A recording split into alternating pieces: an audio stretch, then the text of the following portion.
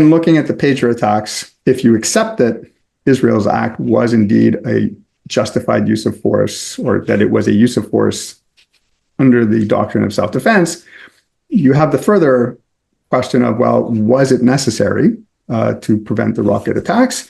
And was it proportionate? So those are two sort of independent questions that you have to ask to further.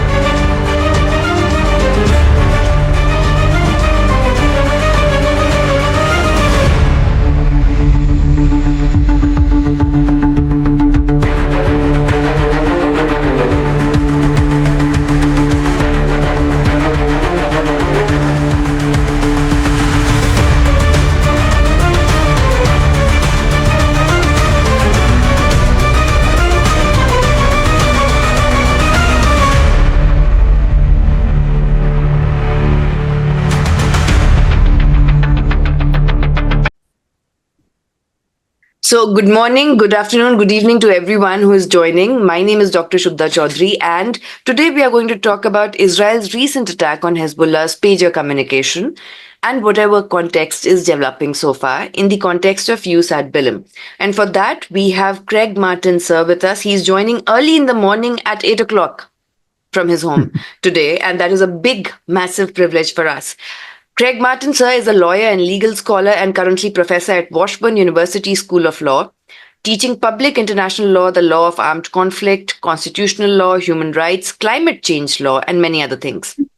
His primary areas of scholarly interest and academic writing are international law, with an emphasis on the use of force, and international humanitarian law and comparative constitutional law, with a focus on the rights and powers in Anglo-American and Japanese constitutional law. He also writes on these topics in popular media. He is the co-director of the International and Comparative Law Center at Washburn Law, which is in Kansas, US. He returned to the academy after several years in legal practice, completing his doctorate at University of Pennsylvania Law School in 2010. His research examined the constitutional incorporation of international law principles on the use of force, looking at the Japanese constitution as one example, and developed theoretical arguments for greater constitutional limits on the use of force, more generally in constitutional democracies. His bio, as I've already shared with all of you, is a thesis in itself.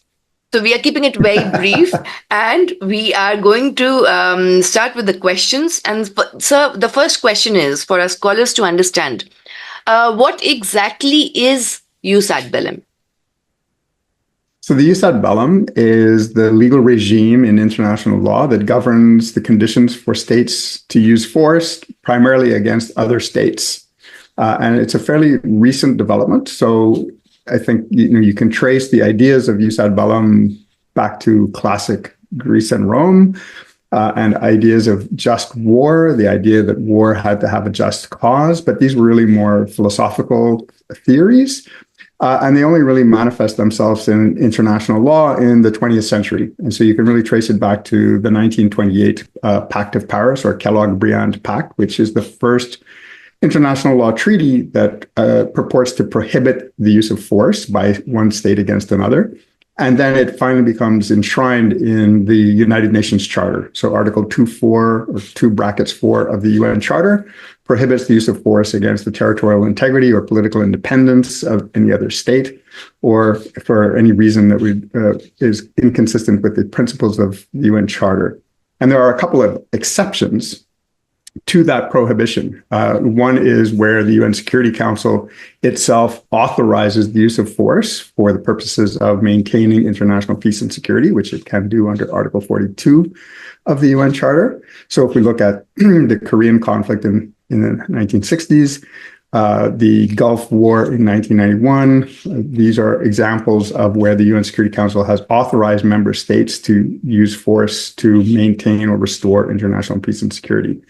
And the other exception, which is the more controversial one, I guess, is the inherent right of self-defense, which is enshrined in Article 51 of the United Nations Charter, which allows states to unilaterally use force in response to an armed attack.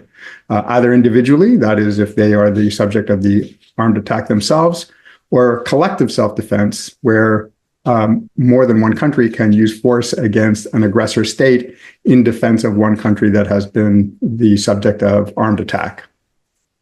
Okay. So in the context of the pager explosions of Hezbollah that took place, and Israel did it on 16th, 17th of September, which is the anniversary of Shabra Shatila massacre that took place in 1985. So the symbolism of those dates also is important. Then also the assassination of Hassan Nasrallah or Fuad Shukr, Ismail Haniyeh. So all of these, can Israel defend itself in the context of use ad bellum, that it is targeting a non-state actor or a proxy? The very sarcastic thing is that US and the West, when they have their own regional power mongering, they call their partners as allies. But when the countries like Iran or others try to have allies, they are called as Axis. So I guess to go back to the root of the question, if we focus first on the pager attack that is understood to have been conducted by Israel, although Israel has yet to officially confirm that. But and for listeners who may have been sleeping in a cave and not know that there was an attack in which several thousand pagers that had been distributed to Hezbollah members in Lebanon exploded simultaneously, causing injuries and death to thousands of people were injured and several people were killed. And the question is, how should one think about this through the lens of use ad bellum? And again, I think it's important for listeners to understand that there are really these two regimes in international law that govern armed conflict, the use of force. And it's important to understand their relationship. So on the one hand, you have use ad bellum, which is as I've said, excuse me, the legal regime that governs when and under what conditions a state may use force against another state. The other is jus in bello, or international humanitarian law, or laws of armed conflict. All three names really refer to the same body of law, which governs how armed forces must conduct themselves within the armed conflict. And what's important to understand is that they are related. They both operate in the context of armed conflict, but they are independent in the sense that it really doesn't matter who is defending, who is the aggressor. All sides in an armed conflict have an obligation to adhere to the principles and rules of international humanitarian law equally, right? So if we take the Ukraine-Russia conflict, for example, it's fairly clear that Russia is the aggressor state. Ukraine is defending itself under Article 51 of the UN Charter. It's exercising self-defense. But the armed forces of both countries must comply with the principles of IHL equally. They cannot argue that, well, because Russia is the aggressor state, we are entitled to do more nefarious things. We have greater privilege because we're the defending state. That is not correct. So the international humanitarian law applies equally, independent of the jus ad bellum aspects. So it's always important to disentangle and understand which legal regime one is talking about. So, for example, with the pager attacks, there's a jus ad bellum aspect. In other words, you can look at Israel and say, was Israel engaging in an act of aggression against Lebanon, or was Israel acting in self-defense against Hezbollah in the attack against Hezbollah in Lebanon? That's a jus ad bellum question. Then there's a separate analysis of whether the use of the pagers constituted or was compliant with international humanitarian law, and we can return to talk about that if people are interested. But from a jus ad bellum perspective, I think the argument that Israel would make, and I think there is some grounds for this argument, is that Hezbollah had been firing missiles into Israel from October 8th, right, in the immediate aftermath of Hamas's attack in Gaza on October 7th. Hezbollah began firing rockets into northern Israel, and that therefore Israel was entitled to exercise a right of self-defense, that it was responding to armed attacks. And so that would be the starting point, I think, of the analysis. Now, then I think you have to get into questions of, well, was the pager attack really in response to the missiles, the rocket fire from southern Lebanon? And to drill a little deeper into Bellum, a country that is engaging in the exercise of self-defense has an obligation to determine and to demonstrate to the international community that the use of force in self-defense is necessary. In other words, that there's no other alternative to preventing the continuation of armed attack or to prevent a further armed attack. So one, the use of force in response to the armed attack has to be necessary, and it has to be proportionate. And we can talk a little bit more about what proportionality means in the Bellum context. It's both complicated and a little controversial. There are differing theories about what actually you are measuring, what is proportionate to what in the context of proportionality. But in looking at the pager attacks, if you accept that Israel's act was indeed a justified use of force, or that it was a use of force under the doctrine of self-defense, you have the further question of, well, was it necessary to prevent the rocket attacks? And was it proportionate? So those are two sort of independent questions that you have to ask to further determine if the claim of self-defense is actually legitimate and valid. But for a very long time, since 1948 and the establishment of Israel, it has always acted with the security dilemma and the notion of self-defense, preemptive attacks, attacking before, any attacks have had happened. Right now, as we speak right now, what has happened is that Brigadier General Ismail Qani, the commander of the Quds Force under Islamic Revolutionary Guards Corps, is still considered missing. Rocket fire is now from Hezbollah's side seen in northern Israel to the east of Haifa city. The Israeli Security Cabinet is expected to meet later today for a vote on the Israeli response to the last week large-scale Iranian ballistic missile attack. The Israeli force yesterday overnight launched several strikes against Hezbollah weapons storage sites in suburbs of Beirut as well as South Lebanon, with 2 of these strikes resulting in the elimination of senior Hezbollah commanders. The UK Office of Maritime Trade Operations is reporting its first attack on a commercial shipping vessel in Red Sea since October 1st, with a vessel said to have been attacked roughly 70 nm off the coast at El Hodeida in western Yemen. So, talking about all of these developments that are going to happen, like, for example, yesterday, Sir Netanyahu had a phone call with Biden. Now, Biden only has 27 days left for his presidency. So there was that particular development. They both were not talking, supposedly. And then yesterday, there was also this, that Trump was the first one to call Netanyahu, and then Biden came later and all of it. So yesterday they had a talk. They had a certain kind of, press release of the talk, which is more of optics and conjecture. So in this context, Hezbollah is a part of the democratic setup of Lebanon, legally. Hezbollah is also a movement at a grassroots level, which is helping the Lebanese population, because Lebanon has been going through a massive economic downturn for the past 3 to 4 years, completely bankrupt now.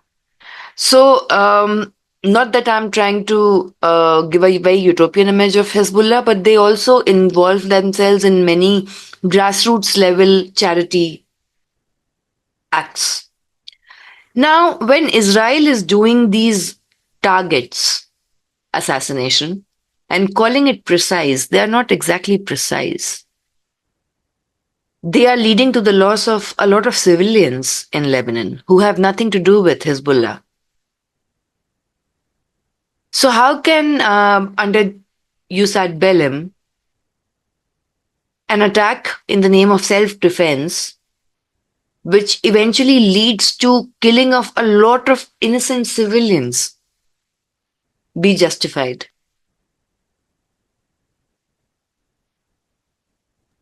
So this is exactly where we have to untangle jus ad bellum on the one hand and IHL, international humanitarian law, on the other. So, the killing of large numbers of civilians may come into the analysis of proportionality under jus ad bellum and the doctrine of self-defense. But really, I think your question is driving much more at issues of IHL. In other words, if Israel is targeting legitimate military objectives, that is, as you said, Hezbollah, ammunition and weapons facilities in southern Lebanon, that's a military objective. That's a legitimate target in armed conflict. But if in the process of doing that, they are killing a large number of civilians, that raises a question for IHL, right? So there's the principle of proportionality in IHL, which is distinct from the principle of proportionality in jus ad bellum. They are very different. They have the same sort of origin in a general principle of international law, principle of proportionality, but they, in precise terms, are quite different in the two different regimes. In IHL, the principle of proportionality requires armed forces to refrain from attack if the expected loss of civilian life or harm to civilian objects is expected to be excessive in relation to the direct and concrete military advantage anticipated. Now, that's a very difficult calculation because you have incommensurate norms, right? Civilian life on the one hand versus some direct and concrete military advantage, whatever that really means, on the other. But commanders have to make that calculation. And Israel has been criticized for its actions both in Gaza and now in southern Lebanon for violating this principle. The argument is made that the numbers of civilians who are being killed is indeed excessive. And those who defend Israel say, well, but we can't really know. You need to understand what was in the mind of the commander at the time and what the direct and concrete military advantage anticipated was, and we don't really know yet. We don't have the evidence. So there is a complicated argument around this, but I think the argument on the other side is that in strike after strike, large numbers of civilians are being killed, and that it would appear, at least from the outside, to be excessive in relation to whatever the direct and concrete military advantage might have been. And now I should back up and say that, of course, this assumes that Israel is targeting legitimate military objectives, right? So there is, of course, a principle of distinction in IHL, which requires armed forces to ensure that they are targeting only military objectives and combatants, and that it is prohibited to target civilians or civilian objects, all right? And to target civilians or civilian objects as the actual target of the attack is a grave breach of the Geneva Conventions. It's a war crime. And so, that is the starting point of any analysis is the armed forces of one country, in this case, we're talking about Israel, is Israel actually targeting military objectives? If they are, then you then ask, well, are they taking all feasible precautions to ensure that there is not harm to civilians? And is the expected harm to civilians and civilian objects excessive in relation to the direct and concrete military advantage anticipated? But again, just to back up, right, those are IHL issues. They have nothing to do with the jus ad bellum. I mean, under the jus ad bellum, the question is simply, are they acting in self-defense? And if they are acting in self-defense, if we accept that they are responding to an armed attack and that there is a legitimate basis for the exercise of self-defense, then you have to show that it is necessary and that it is proportionate. And I think as the operations unfold in southern Lebanon, people are asking what I think are legitimate questions about whether the scale of the operations Israel is mounting in southern Lebanon are necessary to prevent continued rocket attack from Hezbollah, and whether they are proportionate, right? And here the proportionality is arguably, I mean, there are different theories on what we are measuring under proportionality under use ad bellum, but the most accepted is that the use of force has to be proportionate to the strategic objective that you are pursuing for purposes of preventing or terminating or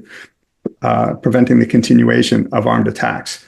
And at this stage, it begins to look like Israel is intent on simply destroying Hezbollah entirely and reestablishing deterrence, which goes well beyond what is necessary for self-defense and does not seem to be that related to simply preventing the continuation of armed attacks.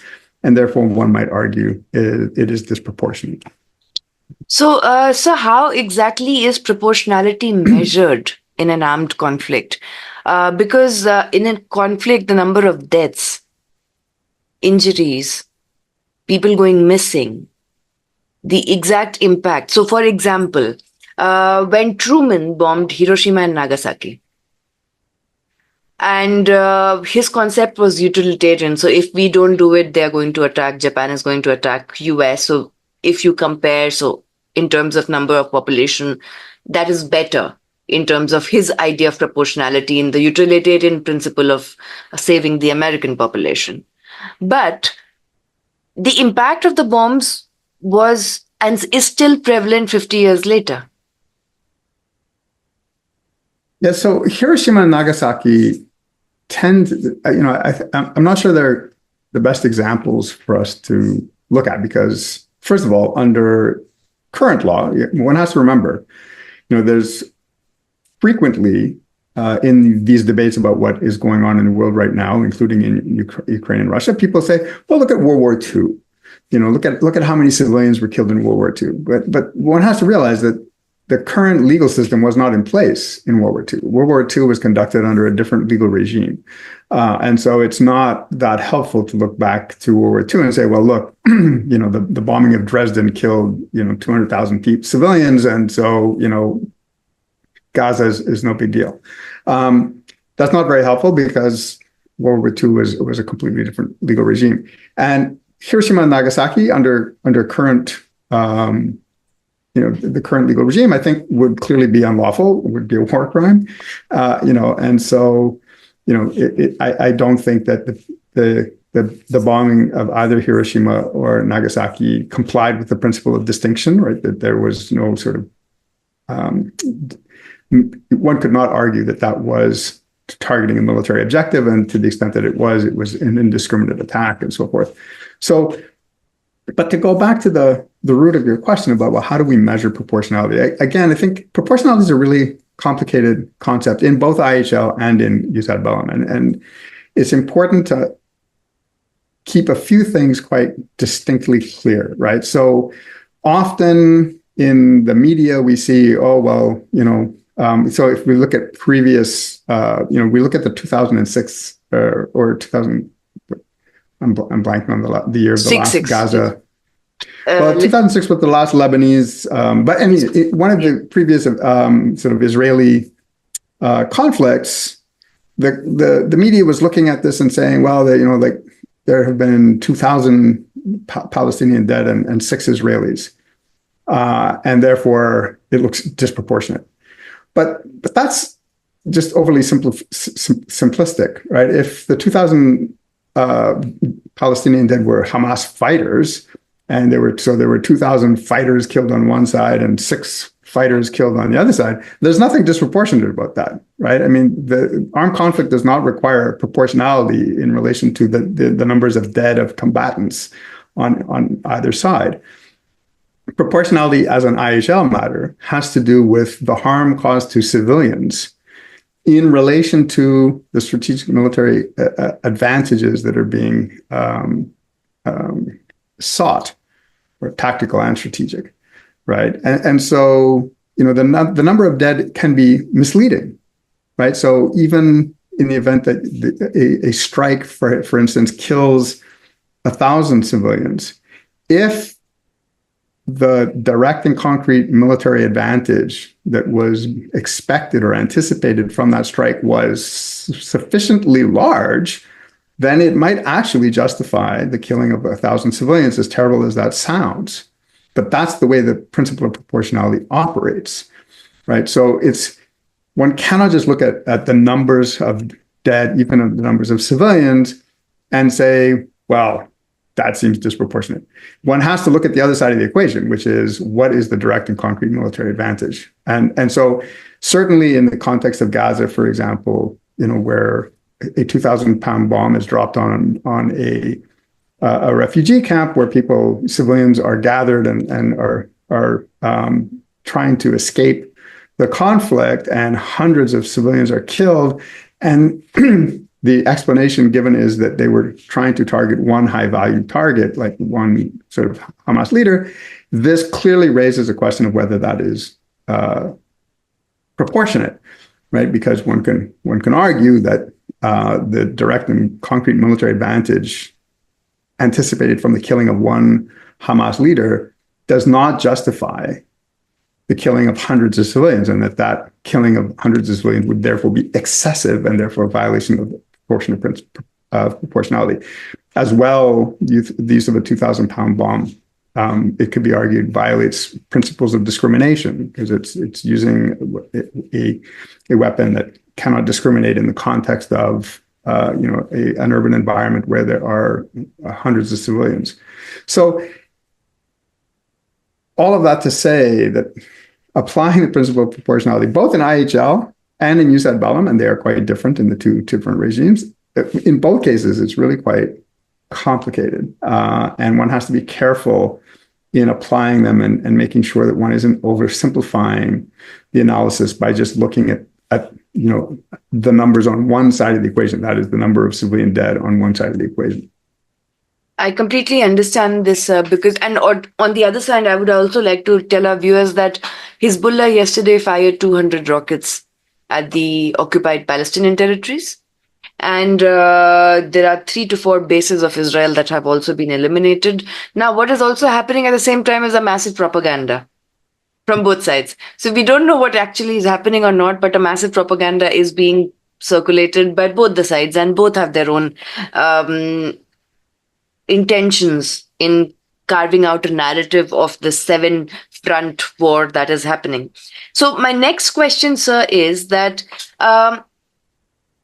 okay, there is an international humanitarian law, but who applies it? Which authority has the force to apply it? For example, even if the International Court of Justice stated that, yes, these territories are occupied, West Bank and Gaza, when they said that, yes, a genocide is taking place, the International Criminal Court also, in the long proceeding and the role of South Africa, who has the power to apply it? Because the Vienna office, for example, there's no Vienna office in Israel. Netanyahu has completely stated that he will not follow the verdict of the International Criminal Court. There's no way of enforcing it. At the same time, there are more than 224 UNRWA officials who are dead. There are 1,000 healthcare workers that are now dead in occupied territories and in Lebanon. So who has the power to make it stop? So, this is a question my students ask me all the time, and with a sort of skeptical air, and sort of suggesting that international law is really not law, and it doesn't seem to matter because it's all very unenforceable.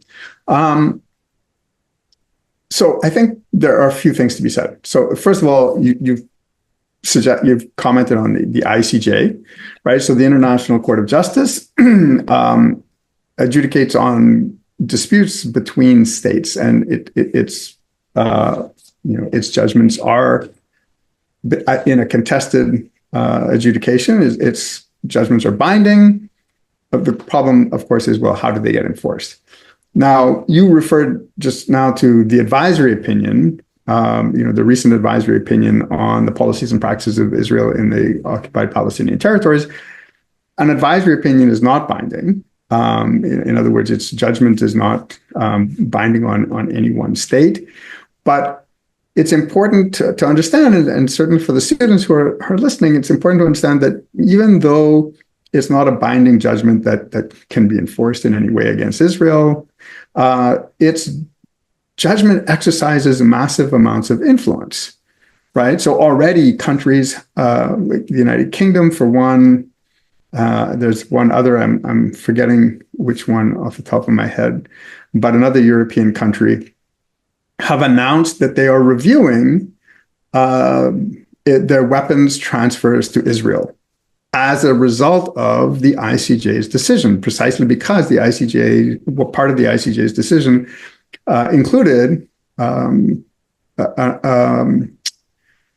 the court's view on what the finding that Israel's occupation of the occupied territories was unlawful, what that meant for obligations of third states, right? And third states have obligations not to recognize, not only not to recognize the occupation, but also not to provide any support for the continued Israeli occupation of the Palestinian territories.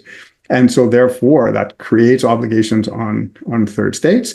And we've already seen some countries like the United Kingdom beginning to review the extent to which they are providing military support to Israel. Yeah. Now, the other court that you mentioned is the International Criminal Court, which, of course, adjudicates individual criminal cases, right? So it was established for the purposes of implementing the crimes outlined in the Rome Statute. It is for adjudicating international criminal liability, and it most certainly can hand down binding decisions on findings of guilt, and those judgments are binding and enforceable. But there are issues of jurisdiction, right? So Israel is not a party to the Rome Statute. Therefore, the question is whether the ICC has jurisdiction over some or all actions of Israel. And as your listeners probably know, Palestine is a party to the Rome Statute, and there is an argument that any war crimes committed by Israel in the Palestinian territory is subject to the jurisdiction of the ICC, and this is why the prosecutor has requested arrest warrants be issued for members of the Israeli government, as well as members of Hamas, in relation to war crimes that were committed on or after October 7th. So the ICC arguably has jurisdiction here, but one has to understand, to go back to the root of your question, like when you say how does international law operate, how does it actually affect, or how does it get implemented? One way is that one way it's supposed to operate is not really just for purposes of ex post accountability, which is, like, for example, prosecuting commanders for violations of IHL and the commission of war crimes, but rather to inform and influence the behavior of commanders ex ante, right? So that when commanders are considering a strike, they are supposed to be thinking about and have their decisions informed by the principles of international humanitarian law. In other words, ensuring that they are complying with the principle of distinction, ensuring that they are only targeting military objectives, ensuring that they are taking all feasible measures to protect civilians from harm, and doing the calculus to determine whether, in fact, harm to civilians and civilian objects will be excessive in relation to the direct and concrete military advantage. That is the way that international humanitarian law sort of operates to shape behavior and hopefully ensure greater compliance, right? Ex ante, sort of in the moment, in real time, as opposed to just simply being applied ex post to prosecute people who violated those laws, right? I mean, ideally, we want the law to operate to prevent people from committing the crimes in the first place, not simply to be used as a bludgeon to then sort of prosecute people who violated the law ex post facto. Right? Yeah. And yeah. It's and just, arguably, yeah. So go ahead. It's still very ambiguous because, it feels as if the stronger states with a more socioeconomic privilege can have a more, they still have this navigating room. So I think that there is a very legitimate criticism, and one could argue that international law is in a moment of some crisis right now, because there is a perception, and particularly in the global south, that international law is being applied in a unequal way, right? That there are double standards and hypocrisy. So that, and I certainly share some of that concern that there are American scholars who are quite quick to come to the conclusion that a strike by Russian forces in Ukraine is clearly a war crime. But when the same type of strike is conducted by Israeli forces in Gaza, there's hand wringing and saying, well, we don't know, we don't have the evidence, we have to wait, we have to know all the facts before we can conclude. And so it creates this perception that there really is this sort of double standard. And there are much more blatant examples, right? So, the United States was very quick to condemn Russia for its active aggression in invading Ukraine, which I think is right. Russia's invasion was an act of aggression. It was a clear violation of Article 2.4. But, the problem, of course, was that there was at least a perception of hypocrisy, since the United States had not that long ago invaded Iraq. Yeah. In ways that really couldn't be defended, right? And so, and Putin, it was quite shrewd in using all the same arguments that the United States had used to justify the invasion of Iraq to justify the invasion of Ukraine. And, so he exploited the opportunity to create this perception of double standard and hypocrisy. And, so I think this is one of the problems right now. And I think one of the criticisms that's being made of a number of Western governments, policymakers, and even scholars is, you have to be consistent in your application of international law, and you can't be cherry picking and engaging in what looks like, especially to the global south, double standards, because then international law begins to look like nothing but an instrument of political power wielded by the powerful to achieve their objectives when it's convenient, and to be ignored when it's inconvenient, or when it's one's allies that are seeming to run afoul of the law. And I think those are legitimate criticisms. Yes, sir. So, which brings me to the last question, and then there are two questions from the volunteers here, and then we'll move to that. My question is, though inspired by the question that Gaurang had asked before to another speaker. And this question is that, can the Israeli officials be ever tried for war crimes like the Nuremberg trials, taking into the context the challenges which are faced currently by Karim Khan? So, I preface this by saying I'm not really an expert in international criminal law. International criminal law and international humanitarian law sort of overlap in the Rome Statute, but I'm not a criminal lawyer. And I'm not really deep into the weeds of the International Criminal Court. But having said that, as you know, the prosecutor, Mr. Khan, has requested arrest warrants, and that's something that is to be determined by the judges of the ICC. But if arrest warrants are issued, then you would see presumably indictments to follow and the possibility of prosecution. Now, whether that would ever whether the Israeli officers, or for that matter, the arrest warrants that have been sought are for the Prime Minister and the Minister of Defense, whether you would ever actually see them in the ICC seems unlikely, simply because they would not likely travel to any country that would implement the arrest warrants, right? So, we've seen in the past people who have been indicted by the ICC who have been at large for years, simply not traveling outside of their own country or traveling to countries where they know they're not going to get arrested. Putin, most recently, who is the subject of an arrest warrant, was in Mongolia and was, not arrested. Mongolia is a party to the Rome Statute, but they did not arrest Mr. Putin.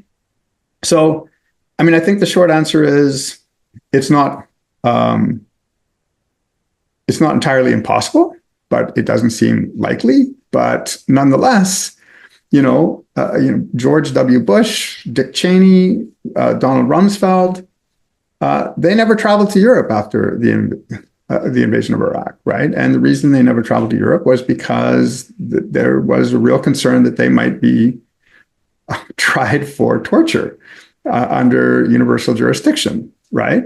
And so, that, and in fact, I recall that George Bush canceled a trip to Canada.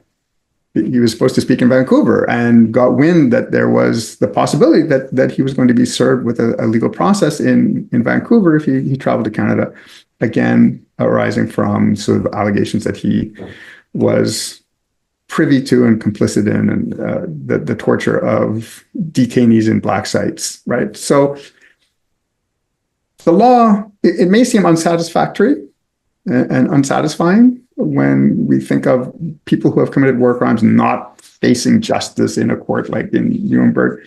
But it's not to say that the law doesn't have consequences and it doesn't shape behavior, right? And therefore create incentives. So, and to go back to your earlier question, one aspect which I hadn't really responded to in terms of how international law is implemented, it's important to understand that the Geneva Conventions in Article 1, the Common Article 1 of the Geneva Conventions, impose an obligation on states to implement the Geneva Conventions. And so the Geneva Conventions or aspects of the Geneva Conventions are supposed to be implemented into domestic legislation. And countries have an obligation themselves to try members of their own armed forces for violations of the Geneva Conventions, for grave breaches, right, for war crimes. And indeed, countries to greater or lesser extents do that, right? The United States prosecuted many of their soldiers who committed war crimes in Afghanistan and Iraq.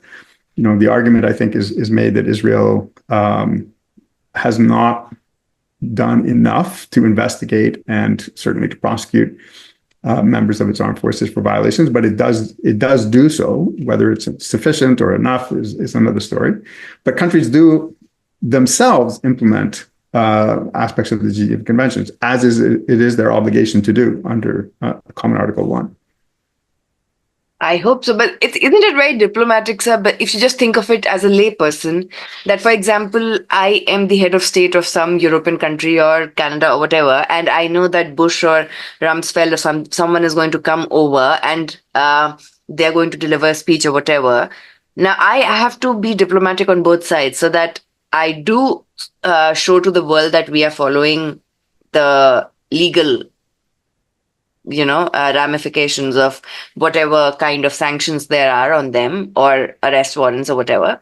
But then I tell them through mediators that if they come, they will be served notice. So on one hand, I am being very diplomatic. And on the other hand, I'm also following the international law. Sure. And I can see how that's very dissatisfying. But at the same time, if we think back, I mean, the law is in the process of development. We think back to the 1970s and 80s, right? Despots like Idi Amin would take their retirement on the French Riviera and sip pina coladas, writing their memoirs. But after the Pinochet case, that was no longer the case, right? So your students will know that in the case of Augusto Pinochet, who was in the United Kingdom to get medical attention, all of a sudden was subject to an extradition order from a Spanish judge, right? And again, to one aspect of your question, it's not, of course, up to the heads of state to make these decisions, in democracies at least, right? I mean, this was a junior judge in Spain decided that he was going to seek the prosecution of Augusto Pinochet and sought the extradition of Pinochet from the United Kingdom to Spain. And that went to the British courts, much to the horror of Margaret Thatcher, who was prime minister at the time and was absolutely opposed to this. But nonetheless, right, it went to the House of Lords, and the House of Lords said that, yes, indeed, that Augusto Pinochet could have been prosecuted in the United Kingdom for torture had they done so, and therefore he was open to extradition to Spain. Now, for health reasons, he never ends up getting extradited and prosecuted. But after that case, you don't see despots on the French Riviera, living out their retirement. They are very careful about where they travel, precisely because they're concerned that they may get arrested and be subject to prosecution under universal jurisdiction, right? Which is why President Bush and Donald Rumsfeld and Dick Cheney don't go to Europe. Because they know, right, there is a real risk that they will be prosecuted under universal jurisdiction in Belgian courts or elsewhere. So, that, as I said, that may seem unsatisfactory, that one would want to see them in the dock and see them being prosecuted, and I share that view. But at the same time, one should understand that, but international law is actually operating here, and it is slowly developing and creating incentives and hopefully shaping behavior. That now people look at what's happened to other senior officials. It's similarly, Sharon, for example, never went to Europe either, precisely because of the massacre in Shatila, right? That he understood that he was also potentially going to be prosecuted for war crimes if he traveled to Europe.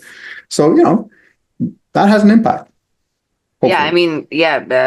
For most of the leaders, Europe is out of bounds. That should be an advertising tagline sent to all of them involved in the Seven Front War, that Europe is out of bounds now for you. So that is, but what most, even after Arab uprisings, a lot of these despotic leaders, they had very lavish retirement plans in many other countries. The Europe of the Middle East. So that is going on. But coming to the question which is asked by Gaurang, it is that in the context of pager attack, the application of use ad bellum can be understood as application of positive law or natural law. So I think, this gets at a very sort of deep question as to how one should understand. Well, so the starting point, of course, is that it's positive law, right? So the jus ad bellum regime is currently enshrined in the UN Charter in Article 2.4 and Article 51, Article 42 of the UN Charter. And of course, there is also in the background the Kellogg-Briand Pact, which is still good law. It's still a treaty in effect. And there are a number of principles of customary international law around this. And so that is very much an aspect of positive law. But as I said, it has some of its roots, in sort of just war theory. You can trace some of the ideas to the writings of Grotius and others in the early development of public international law. And as your students probably know, right, there has been this sort of tension between natural law and positive law in the development of international law more generally, right? And this is sort of has gone back and forth, and I think we're very much in a sort of a positive law era of international law generally, and I think jus ad bellum is very much reflects that. It is an aspect of positive law, but many of the ideas that animate that positive law, like the doctrine of self-defense, right, have some of their origins in sort of natural law. This idea of self-preservation, this is why the language of Article 51 of the UN Charter speaks of an inherent right of self-defense, right? It suggests that this right of self-defense is somehow predates and is independent of the UN Charter. And there are debates over precisely how one should interpret Article 51, precisely because of this language of inherent right, and whether there is a right of self-defense in customary international law that is larger in scope than the right that is enshrined in Article 51. I tend to think that strand of the debate gets exaggerated, and that, to the extent that there was perhaps once upon a time a broader right of self-defense in customary international law, it has surely been superseded and constrained by the positive law in Article 51 of the UN Charter. But we could speak for probably quite some time on the tension between natural law and positive law. It's a great question. Yeah. The last question, sir, is by Anurag, and he's asking that are there any international laws pertaining to the use of proxies or non-state actors in a conflict, which can lead to repercussions for the state sponsoring these actions? That's actually very interesting. We have to talk about the proxies also in how they Right. develop. So the introduction of non-state actors into the situation does create complications, right? And so going back to the so-called global war on terror, and this again goes back to your question about sort of inequality and potential double standards and so forth. But during the global war on terror, we saw that the United States, the United Kingdom, Israel, and several other countries in the global north, in the west, developed this doctrine of unwilling or unable, the unwilling or unable doctrine, which arguably was an aspect of the doctrine of self-defense, which permitted countries to use force against non-state actors who were posing a threat of armed attack from within the territory of another state, if that state was unwilling or unable to deal with the threat that the non-state actor posed, right? So, I mean, that sounds all very abstract, but to put it into concrete terms, right, the United States would argue that it could use force against the Taliban, against Al-Qaeda in Afghanistan, if Afghanistan was unwilling or unable to deal with Al-Qaeda, right? Now, of course, the use of force against Al-Qaeda in Afghanistan is a use of force against Afghanistan, right? It would be a violation of Article 2.4 of the UN Charter, unless you can show that it is justified by the right of self-defense. But the problem with that is that Afghanistan is not actually attacking you. So how do you use force against Afghanistan? Well, you say, well, we're using force against Al-Qaeda in Afghanistan. And yes, it's a use of force against Afghanistan, but that's justified because Afghanistan is unwilling or unable to deal with Al-Qaeda. Now, this is a very controversial doctrine. I myself have written, an article very critical of the Western state, where there's a small group of Western states that have sort of championed this doctrine and said that you don't get to use force against a country unless you can show that the country is, to use the language of the ICJ in the Nicaragua versus the United States case, unless you can show that the country is substantially involved in the support of and assistance to the non-state actor, the organized armed group.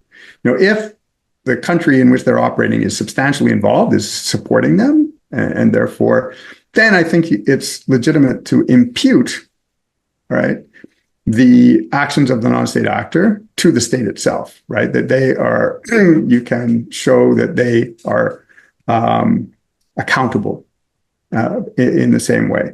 And so if we bring that into the context of the current conflict, Hezbollah is a non-state actor in Lebanon, but as you pointed out earlier in the podcast, the status of Hezbollah in Lebanon is really very complicated. I mean, it's very much interwoven into the political and social life of Lebanon.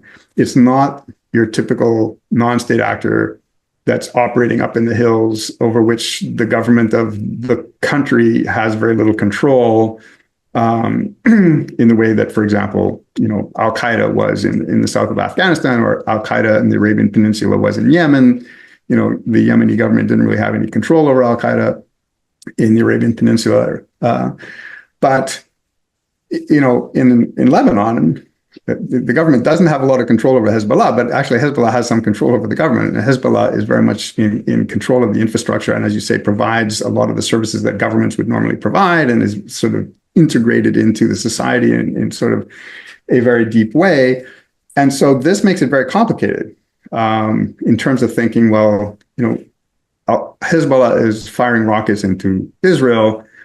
Israel has a right of self-defense in response to those, into that rocket fire, but against who exactly? Right? Is it limited to Hezbollah? Can the acts of Hezbollah be attributed to Lebanon itself? Can you think of Hezbollah as being sort of an arm of the Lebanese state?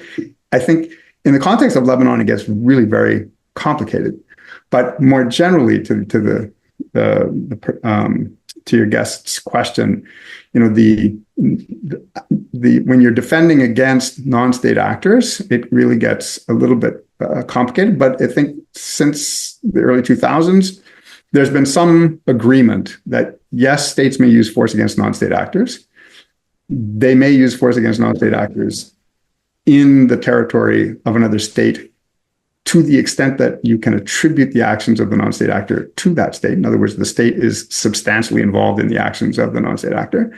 Where it gets very muddy and where there's a lot of disagreement, I think, among scholars and policymakers and even among countries, is whether you can use force against a non-state actor in the territory of another state when the state is really not involved and just simply is unwilling, or I shouldn't say unwilling, but really is unable to deal with it. Right. Then, so countries like Brazil have very forcefully said that there is no right to use force against the state in order to get at the non-state actor in those circumstances. The United States, the United Kingdom, Israel, Australia, a handful of other countries have said, oh, yes, if the country is unwilling or unable to deal with the non-state actor, then the country responding to the threat may use force against the non-state actor in the non-consenting state. And over that, there's a lot of disagreement. So, sir, why is Blackwater not considered as a non-state actor? Blackwater was the mercenary group employed in the invasion of Iraq. There are so many security firms that, are acting as mercenaries and private companies. Why are they not considered as non-state actors? Well, in one sense, they are non-state actors, but I think the distinction that you're getting at, right, is that Blackwater or other similar contractors, and again, they're not actually mercenaries for reasons of the language of certain treaties that characterize mercenaries as being non-nationals of the state. But they are contractors, and there are treaties that govern how IHL should apply to contractors in those circumstances. But the difference between, Blackwater and Al-Qaeda, there are many differences, but I think the primary difference for our purposes here is that, Blackwater is operating under the direction of the state, right? It's contracted to the military or to, some agency of the state. It's taking direction from the state. It's sort of an outgrowth of the state. And so in a way that Al-Qaeda is an independent actor, and the Taliban had very little control over Al-Qaeda. And, and it wasn't a terrorist organization. Now, one can criticize what Blackwater has done and say that Blackwater has violated international law in all sorts of different ways. But it wasn't really a terrorist organization that was out for its own, operating for its own objectives. It was operating under the direction of and for the pursuit of the objectives of the American government.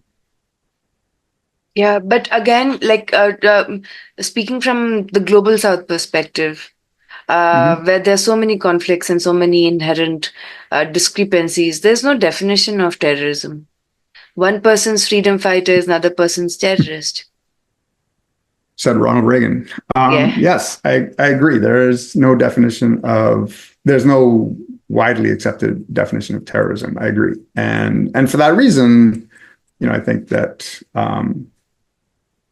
people treat the use of the term terrorists with some caution because, for example, the United States classifies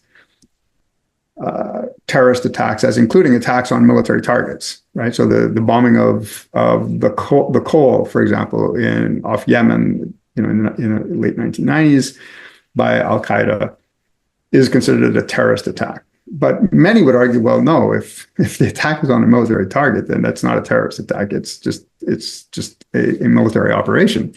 And some would say that a terrorist to classify something as a terrorist attack, it has to be an attack on civilians or civilian objects, and has to have had the purpose of spreading terror, of trying to change political policy by violence and through spreading fear within the community. But as you say, there are these very differing definitions of terrorism, and there's no accepted one in international law, which creates problems. Yeah, for example, when Pulwama took place in India in 2019, the Pulwama attack. So the Indian media call it a terrorist attack and everything. But the Western media call it suicide bombing. So that kind of discrepancy is there, which is, very much prevalent in the discourse. And with this, I would first of all, really thank you for taking a talk at 8 o'clock in the morning. I would have never done in any of my lives, and it's impossible, at 8 o'clock in the morning to talk about international humanitarian law. And yes, at Bellum. That is something which is very, very Herculean, and I don't know if it is a good way to start your day. But yeah, thank you so much to you really have the privilege, endow us with the privilege of your time. Secondly, I can also see that you're not very well, but even in spite of that, you kept your word, did not cancel. I'm very, very thankful. I think you're the first speaker who has done this, who never even told us that they're not well, and they still took the talk. Mostly others cancel. And third is that it's very complicated, sir, with what is happening. And your lecture today will encourage us to go and read your work and more work on Yasad Bellum, so that we can think of it from the perspective of a legal practitioner also. And just well, thank you. I mean, it's been a pleasure. And for some of the students out there who are interested in diving deeper into Yasad Bellum and Jus in Bello or international humanitarian law, I do have a podcast that focuses very much on these areas of law. It gets a little technical sometimes. It goes pretty deep into the weeds. But if you're interested, have some of the great experts on the various issues in the world, including from the Global South, speaking on the podcast. It's called Jib Jab, the Laws of War podcast. You can get it wherever you get your podcast. So I encourage you guys to listen to that. And thank you very much for having me. It's been a pleasure, and I enjoyed speaking with you today. Thank you, sir. I'll add the detailing of your podcast in this video. I'll edit it so that they can automatically search it, whoever is watching whenever. So thank you so much for the privilege of your time. So have a good day. Have a peaceful, restful day. Yeah. Thank you so much. Thank you. Bye-bye. Bye.